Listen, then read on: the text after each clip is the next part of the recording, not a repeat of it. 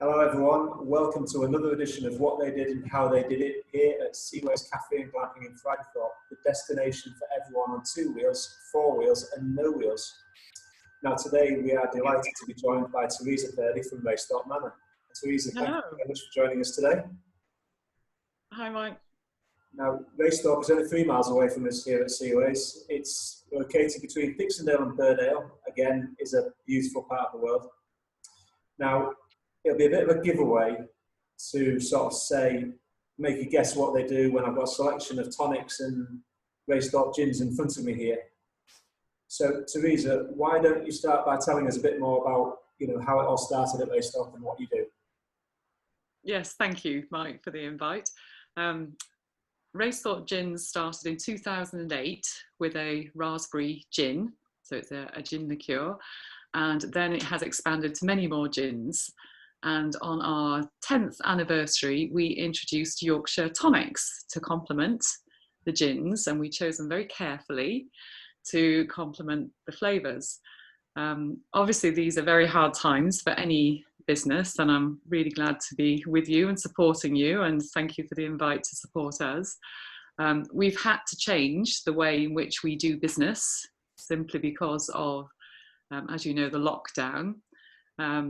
We are very much online and getting orders in through online, but we've also decided to do some deliveries of the gins and the tonics to people in the vicinity of Dixondale. Can I give you numbers and details? I can do that for you. If you just bear with me one moment through the fantastic use of technology. Now, I don't know if you can see it from your end, but I brought up your website right there. Fantastic. Yeah, we like that. We like talk through a bit more of what you do. Yeah, that'd be great. Yeah, no, that's super. So we've now changed to a home drinking nation, haven't we? And how better to relax and unwind at home with a G&T. So what we've produced in the last few years is a combination of gins and gin liqueurs with complementary tonics.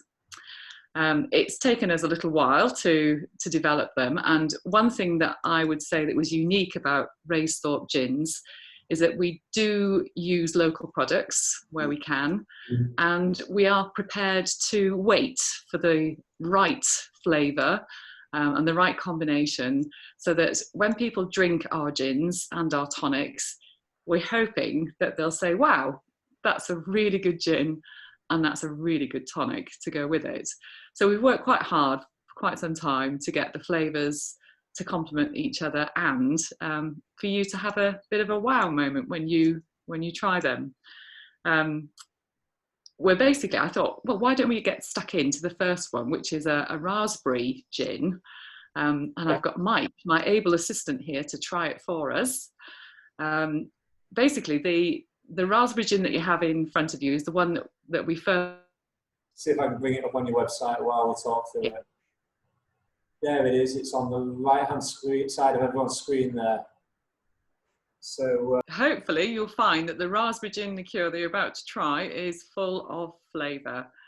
We do take our time, and we hopefully will give you that wow factor when you try it. So give it a taste, Mike. I'm sure the sun's over the yard arm somewhere in this world. Well, to smell on the nose, it smells absolutely amazing. Everybody would be peering in. I'm sure it's 5 o'clock in the world somewhere, so here goes. Yeah. Cheers, Mike.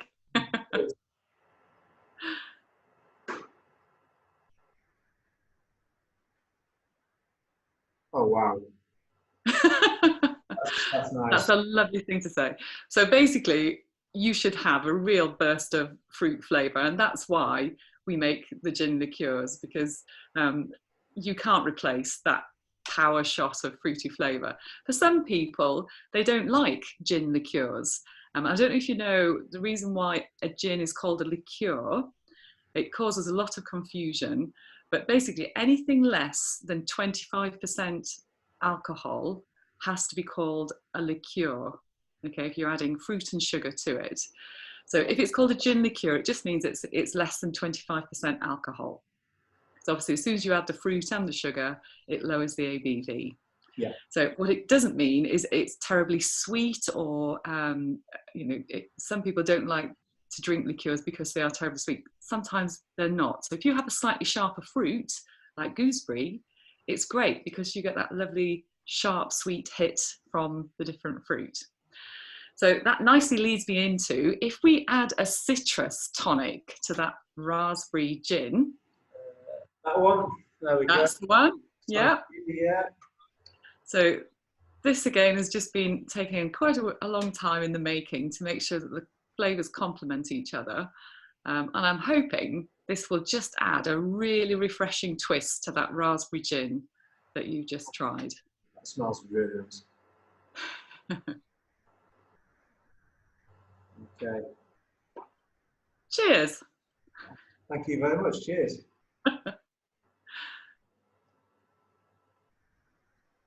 Oh, that's perfect. So what you've got now is something that's just slightly sharper, because it's got the lime and the lemon in the citrus, and added to the fruitiness of the raspberry, it should give you a really burst of flavour that's not too sweet and not too fruity, but balances out. I would say that's absolutely fantastic for any occasion, any situation, anything. Yeah. Really. Summer barbecue, evenings in, whatever you want. Exactly. And this is what we need to cheer ourselves up when we're stuck inside. At least the sun's shining and you can sit outside on your patio and enjoy a different G&T. Now, the other thing is, we obviously have to cater for different tastes and preferences in G&Ts, and not everybody wants a G&T fruity cocktail. Yep. So what you have there is an oak-aged dry gin. Yeah. Now, yep. That's a really good one. I'll leave you to organise that and have a tasting of it whilst I talk about it. So this is a dry gin that sits in a whiskey barrel for at least 6 months. And what happens to it is it picks up the oaked flavour from the barrel, but something else happens to it. And I'd love anybody that's got a chemistry background to tell me what happens. It makes it much smoother. So it has a very subtle oaked flavour, and it also becomes a very smooth, dry gin. And if you add the pink grapefruit Yorkshire tonic to it, I'm hoping it's another wow moment for you. So both of these have won awards, the Great Taste Awards, the national awards, and they're only given to those that enter, that think that they're good enough and can pitch their products up against other national products. And before I add this, I would just like to say that you can get a sense of the oak right the way through all your taste buds. You know, the flavour is just there from start to finish, from the start of your tongue to the back of your head. It's fantastic, absolutely fantastic. Good. It's just like a never-ending taste. It's absolutely wonderful. Well, when you add your tonic to it, the other thing that's different about the Yorkshire tonics is that we don't use quinine. All the other tonics do. The reason why we use an alternative called Quassia is that, just as you were saying, the tonics leave your palate refreshed. The Yorkshire tonics using Quassia basically don't give you a bitter aftertaste. Some people like the bitter aftertaste, some people don't. So if you're a person that's a bit ambivalent as to whether you like tonic or not, Yorkshire tonics are the one for you, because it's not as bitter. It's still dry and crisp, so it's not a lemonade, but it's less bitter. And if you drink them on their own, it just doesn't leave you with that, is the only way I can explain. You know, the taste right at the back of your tongue that you quite often get from bitter drinks. You don't get that. So you're left with a really refreshed taste to your mouth, whether there's a gin in the tonic or not. I couldn't agree more. I mean, I've never been a fan of citrus, but that is so, like you say, refreshing, clean, crisp, and just leaves the palate feeling wow. Well, when you finish drinking, the taste finishes in your mouth. You're not left with any aftertaste. And that's why we've used Quassia in the tonics. And that's why it's so great that you can drink a tonic on its own, because you don't get that aftertaste. I don't know if anybody knows where Quassia comes from or what it is, but like quinine, it actually comes from the bark of a tree. So what they do is basically extract the Quassia from the bark, and it actually appears as a white powder that they then add to a tonic.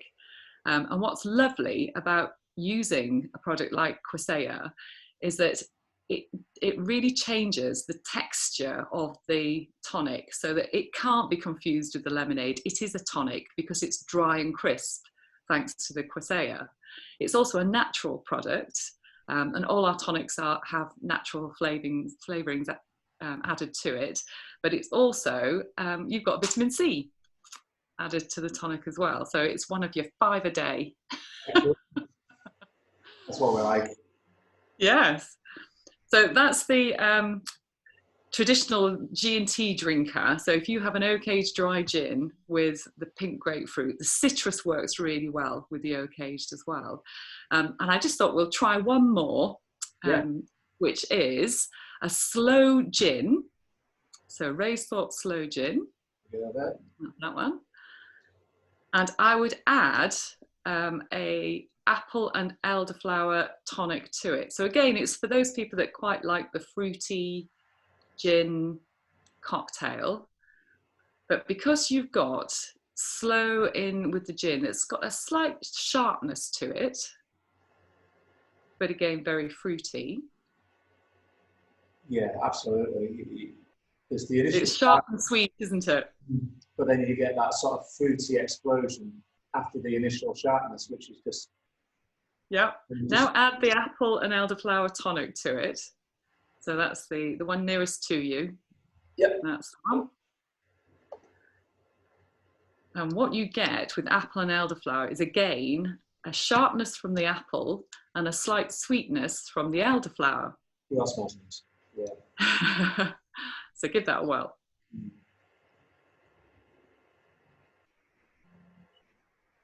Oh, cheers again. This is good. Cheers. I'm loving this. This is brilliant.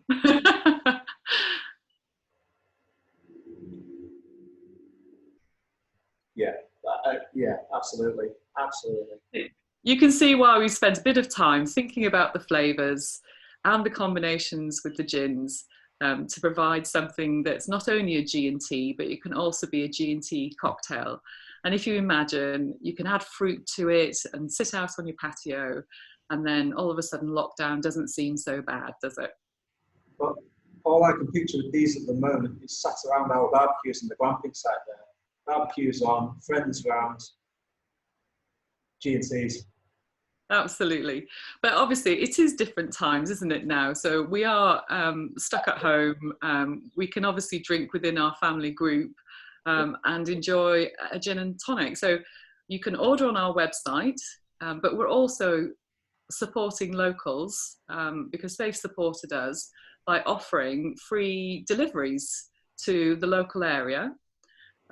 So York, Driffield, Bridlington, Beverley, we cover those areas. Just basically give us a call. The number's on our website there, 01377 288 295, and we can arrange a delivery of either the gins and the tonics. That's not a problem. Alcohol to your door. That's... Couldn't be better, really, could it? Why? Yeah, absolutely. That's just like perfect, really. But no, the flavour combinations between the gins and the tonics were just perfect. Good. I'm really glad you like them, Mike, and we're hoping lots of other people will. Obviously, this is your chance to try something slightly different from your traditional G&T that you're used to. We're only in Sixtondale down the road, and it would be great to be able to get people to taste the different combinations and really enjoy a G&T with a difference. That's right. And if anyone watching wants any further information, the website's here, raisethorpemanor.com. Have a look through, and yes, take your picks. So we've tried a few different combinations today, but it looks like you've got quite a lot to choose from, which, you know, fantastic, really. But, Yeah, well, I hope everybody enjoys it as much as you do, and this has got to be the best interview that you've done so far, supported by the G&T. it's been the hands-on interview I've done so far, and yeah, really, really good indeed. So yes, definitely, absolutely. Well, who knows what lies ahead? And I think it's just a case of we're all supporting one another. We're local businesses. We're really hoping that we can survive this along with everybody else. And if we support one another, there's a good chance that we might make it to next year. That's right. It's all about supporting small local businesses. And I think the more we go into this, the more people see that, you know, what we have close to home is really quite precious. Yeah. It'd be good to support it and look after it.